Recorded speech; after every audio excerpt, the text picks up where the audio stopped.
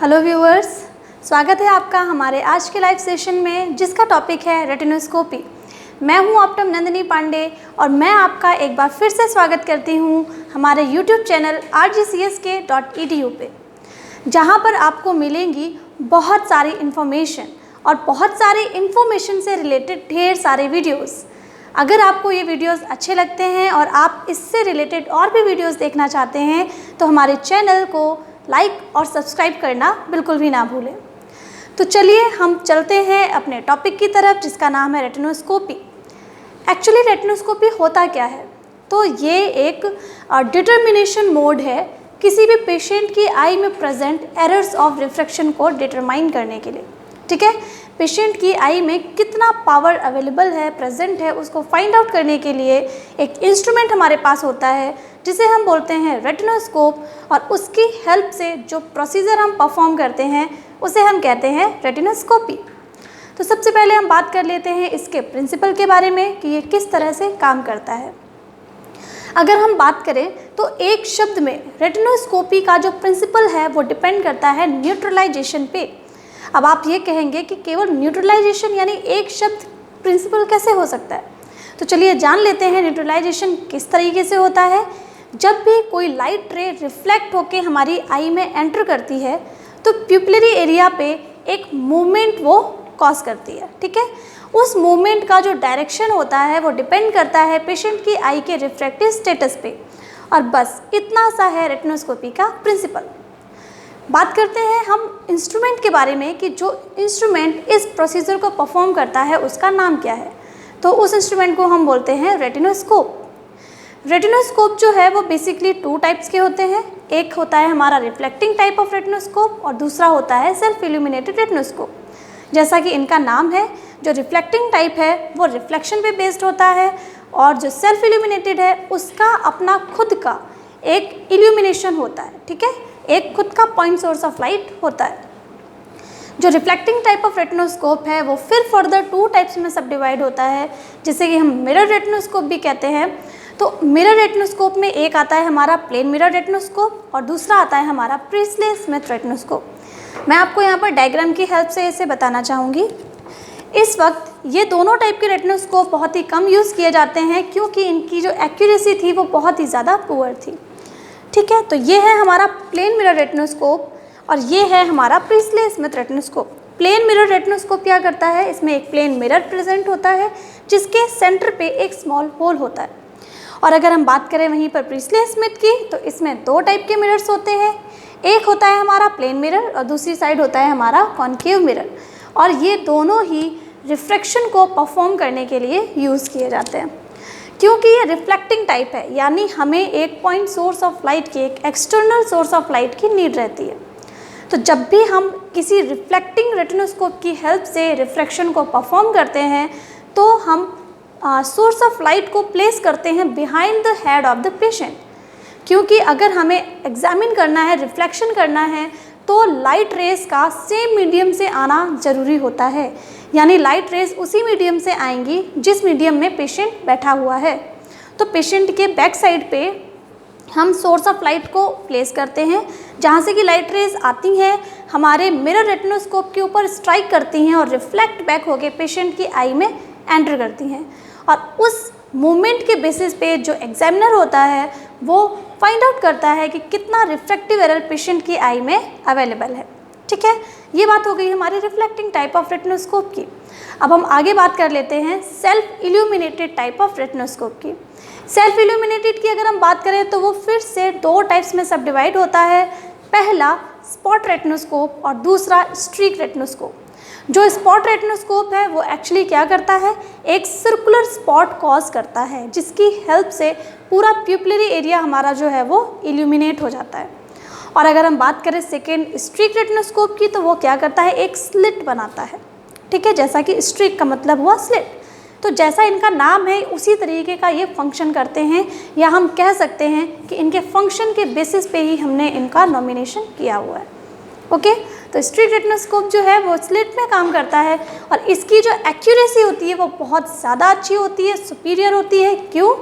क्योंकि ये पावर के साथ साथ एक्सिस का ओरिएंटेशन भी प्रोवाइड करता है। कि अगर पेशेंट की आई में सिलेंड्रिकल पावर अवेलेबल है तो उसकी एक्सिस क्या है, और एग्जैक्ट एक्सिस का जो अलोटेशन होता है वो हम स्ट्रिक्ट रेटिनोस्कोप की हेल्प से इजीली फाइंड आउट कर सकते हैं। ठीक है, तो ये बात हुई इंस्ट्रूमेंट की। अब बात करते हैं कि ये काम कैसे करता है, यानी कि हर एक इंस्ट्रूमेंट की एक ऑप्टिक्स होती है। ये सारी चीज़ें ऑप्टिक्स में आती हैं ना, रिफ्लेक्शन, रिफ्रैक्शन, ये सारी चीज़ें आपने वहीं पढ़ी होंगी। तो हर एक इंस्ट्रूमेंट की एक ऑप्टिक्स होती है, और हमने क्योंकि बात की अगर रेटिनोस्कोप की, तो इसमें 2 टाइप के मिरर्स हमें मिल रहे हैं। पहला है प्लेन मिरर और दूसरा है कॉन्केव मिरर। ठीक, तो बात की जाए अगर प्लेन मिरर की, पीछे कुछ डायग्राम्स बने हुए हैं जिसकी हेल्प से हम समझने की कोशिश करेंगे कि ये मिरर्स किस तरह से, ये ऑप्टिक्स किस तरह से काम करती है। फर्स्ट डायग्राम में हमें प्लेन मिरर दिया गया है। प्लेन मिरर की हेल्प से यहाँ पर बताया गया है कि लाइट रेज किस तरह रिफ्लेक्ट होती हैं और उनका मूवमेंट जो है वो किस तरीके से हमें मिलता है। यहाँ पर हम देख सकते हैं कि S0 है। S0 हमारा सोर्स ऑफ लाइट की तरीके से काम करता है और ये एक इमेज बनाता है जिसको कि हम इमीडिएट सोर्स ऑफ लाइट बोलते हैं और नाम देते हैं S1। अगर हम प्लेन मिरर को अप साइड में मूव करेंगे तो जो हमारा इमीडिएट सोर्स ऑफ लाइट है वो हमारा डाउनवर्ड मूव हो जाएगा, यानी कि S1 डैश के फॉर्म में। तो यहाँ क्या हुआ, इधर अपवर्ड और उधर डाउनवर्ड, यानी अगेंस्ट मूवमेंट होता है। ठीक है, अगेंस्ट मूवमेंट हमें मिल रहा है, यानी अगर मिरर अप साइड जाएगा तो हमारा जो इमीडिएट सोर्स ऑफ लाइट है वो डाउन साइड जाएगा। ठीक, ये बात हुई प्लेन मिरर की। नेक्स्ट हम बात करते हैं कॉन्केव मिरर की। आप देख सकते हैं यहाँ पर कॉन्केव मिरर को ड्रॉ किया गया है, यानी एक सरफेस इसका नॉन रिफ्लेक्टिंग है और सेकेंडरी सरफेस जो इसका है वो रिफ्लेक्टिंग सरफेस है। यहाँ पर एक और सोर्स ऑफ लाइट दिया गया है जिसका नाम है S0। यहाँ से जो लाइट रेज जाती हैं वो रिफ्लेक्ट बैक होके एक बनाएंगी हमारा S1 immediate source of light और दूसरा S1 डैश। यहाँ पर क्या होता है कि अगर हम मिरर को अप साइड में मूव कराएंगे तो S1 भी हमारा टूवर्ड्स S1 डैश यानी अप साइड मूव करता है, यानी दोनों जगह अपवर्ड मूवमेंट है। It represents the with movement. ठीक है, तो कॉन्केव मिरर में हमें मिल रहा है विद मूवमेंट। तो इस ऑप्टिक्स के बेसिस पे बेसिकली हमारा जो रेटिनोस्कोप है वो काम करता है। उम्मीद करती हूँ कि यहाँ तक का सेशन आपको समझ आ रहा होगा। अब आगे आते हैं प्रीरिक्विसाइट्स, यानी अगर हम रेटिनोस्कोप को परफॉर्म करना चाहते हैं तो किन किन चीज़ों की रिक्वायरमेंट हमें होगी। सबसे पहले एक डार्क रूम की नीड हमें होती है। डार्क रूम क्यों? क्योंकि जो इल्यूमिनेशन होता है वो बहुत ही स्मॉल होता है और हम उसको डे लाइट में मेज़र नहीं कर सकते। ठीक है, तो हमें क्या करना होता है, जो सराउंडिंग का एरिया है उसको थोड़ा सेमी डार्क बनाना होगा ताकि हम उस इल्यूमिनेशन को ऑब्जर्व कर सकें। ओके, तो एक डार्क रूम हम वहाँ पर रखते हैं। सॉरी, इसके साथ पेशेंट की हाइट और ऑब्जर्वर की हाइट सेम होनी चाहिए, यानी कि दोनों का जो आई लेवल है वो सेम होना चाहिए ताकि जो ऑप्टिक्स है ये ऑप्टिक्स डिस्टर्ब ना हो। ठीक है, एवरीथिंग डिपेंड्स ऑन ऑप्टिक्स, और जो ऑप्टिक्स है वो ही एक्यूरेसी को प्रोवाइड करती है, इसलिए उसका मैनेज्ड फॉर्म में होना बहुत ज़्यादा ज़रूरी है। और इसीलिए पेशेंट का और ऑब्जर्वर का जो आई लेवल है वो सेम होना बहुत ही ज़्यादा ज़रूरी है और पैरेलैक्स मूवमेंट। ठीक है, नेक्स्ट आता है हमारा क्या, ट्रायल बॉक्स। ट्रायल बॉक्स में हमें इस चीज़ का ध्यान रखना चाहिए कि उसमें डिफरेंट टाइप के ट्रायल लेंसेज अवेलेबल हों, जैसे कि spherical concave, spherical convex, cylindrical concave, cylindrical convex, prisms and accessories. इन सारी चीज़ों से मिलके बनता है हमारा एक ट्रायल बॉक्स। ट्रायल बॉक्स की बात करें, मैं आपको सिंपल के फॉर्म में कुछ लेंसेज दिखाना चाहती हूँ। जैसे कि ये लेंस है, तो ये है हमारा कॉन्केव स्फेरिकल लेंस, जबकि दूसरी तरफ हमें देखें तो हमें मिल रहा है कॉन्वेक्स स्फेरिकल लेंस। इसमें इनकी पहचान होती है कि एक हैंडल लगा हुआ होता है। दोनों ही लेंसेज में हम देख सकते हैं कि हैंडल लगा हुआ है। सिमिलर बिल्कुल इसी कलर में आपको 2 लेंसेज और दिखेंगे, जिसमें से ये है कॉन्केव सिलेंड्रिकल लेंस और ये है कॉन्वेक्स सिलेंड्रिकल लेंस। आप देख सकते हैं इसमें कोई हैंडल नहीं है, और अगर पास से देखें तो इसमें एक्सिस का अलोटेशन भी दिया गया है। ठीक है, ये एक्सिस हमें यहाँ पर बनी हुई दी गई है, यानी कि इस एक्सिस पे इस लेंस में पावर अवेलेबल है और अदर एक्सिस का पावर कितना है, 0। अगर बात की जाए ट्रायल बॉक्स की, तो हमें इस चीज़ का ध्यान रखना चाहिए कि उसमें जो इंक्रीमेंट ऑफ पावर है वो कितना होना चाहिए, यानी हमारे पास लेंसेज होने चाहिए 0.12 डायप्टर, उसके बाद 0.25 से लेके 4 डायप्टर तक के लेंसेज जो कि 0.25 डायप्टर के इंक्रीमेंट में हो, फिर 4.5 से लेके 6 डायप्टर तक के लेंसेज जो कि 0.5 के डिफरेंस में हो, जैसे कि 4.5, 5, 5.5, 6 इस तरीके के डिफरेंस पे वहाँ पर अवेलेबल हों। इसके बाद जो अगले होंगे यानी कि 7 डायप्टर से लेके 14 डायप्टर तक के लेंसेज जो हैं वो होने चाहिए +1 डायप्टर के डिफरेंस पे, यानी कि 7, 8, 9, 10, 11, 12, 13 एंड 14। और अगर हम बात करें 16 डायप्टर से 20 डायप्टर तक की, तो इनमें जो इंक्रीमेंट का स्टेप है वो होना चाहिए 2 डायप्टर का, यानी 16, 18 एंड 20।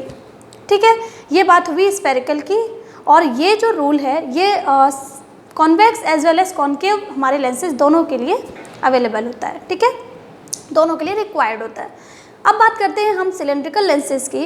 तो सिलेंड्रिकल लेंसेज में भी हमें मिल जाते हैं लेंसेज 0.25 से लेके 2 डायप्टर तक के जो लेंसेज मिलेंगे वो 0.25 के डिफरेंस पे होने चाहिए, 0.25 के इंक्रीमेंट पे, जैसे कि 0.25, 0.5, 0.75, 1 and so on till 2 dioptre. और इसके बाद अगर हम बात करें तो 2.5 डायप्टर से लेके 6 डायप्टर तक के लेंसेज होने चाहिए हमारे 0.5 के डिफरेंस पे, जैसे कि 2.5, 3, 3.5, 4 and so on till 6 dioptre. इस तरीके से स्फेरिकल और सिलेंड्रिकल लेंसेज का जो इंक्रीमेंट है, जो स्टेप है, वो हमारे ट्रायल बॉक्स में अवेलेबल होना चाहिए। इसके बाद सेकेंडरी हमें क्या चाहिए, हमारे पास प्रिज्म होने चाहिए। यहाँ पर मैं आपको प्रिज्म दिखा देती हूँ। इस टाइप का प्रिज्म लेंस हमारे ट्रायल बॉक्स में अवेलेबल होना चाहिए। ये prism from 1 dioptre to 10 dioptre available होंगे इन 1 डायप्टर ऑफ इंक्रीमेंट। और इसके बाद अगर हम बात करें तो वहाँ पर 2 एडिशनल लेंसेज और होने चाहिए of 15 prism dioptre and 20 prism dioptre. तो इतने प्रिज्म्स हमारे ट्रायल बॉक्स में अवेलेबल होने चाहिए। उसके बाद कुछ एसेसरीज़ की बहुत ज़्यादा नीड होती है, जैसे कि प्लेनो लेंस। तो हम देख सकते हैं कि ये प्लेनो लेंस हमारे पास है एसेसरीज़ में जो कि आता है। इसके बाद नेक्स्ट आता है हमारा ऑक्लूडर। ठीक है, आप ऑक्लूडर को देख पाएंगे, यानी ये बिल्कुल पूरी तरीके से बंद होता है चारों तरफ से, तो इसे हम बोलते हैं क्या, ऑक्लूडर, जो कि आई को कवर करने के लिए यूज़ किया जाता है। नेक्स्ट आ जाता है हमारा पिन होल। पिन होल में आप देख पा रहे होंगे कि इसमें एक छोटा सा छेद बना हुआ है, शायद आप देख पा रहे हो, मैं देख पा रही हूँ एक्चुअली। इसमें एक छोटा सा छेद बना हुआ है जिसकी हेल्प से हम जो सेंटर की रेज होती हैं उनकी हेल्प से विज़न को इम्प्रूव कर सकते हैं और देख सकते हैं कि कितना इम्प्रूव्ड विज़न हमारी आई में अवेलेबल है। नेक्स्ट है स्टेनोपिक स्लिट। ये एस्टिग्मेटिज्म के मेजरमेंट में बहुत ज़्यादा यूज़फुल होता है, स्पेशली स्टिग्मेटिक फैन टेस्ट के लिए। नेक्स्ट आता है हमारा मेडॉक्स रॉड।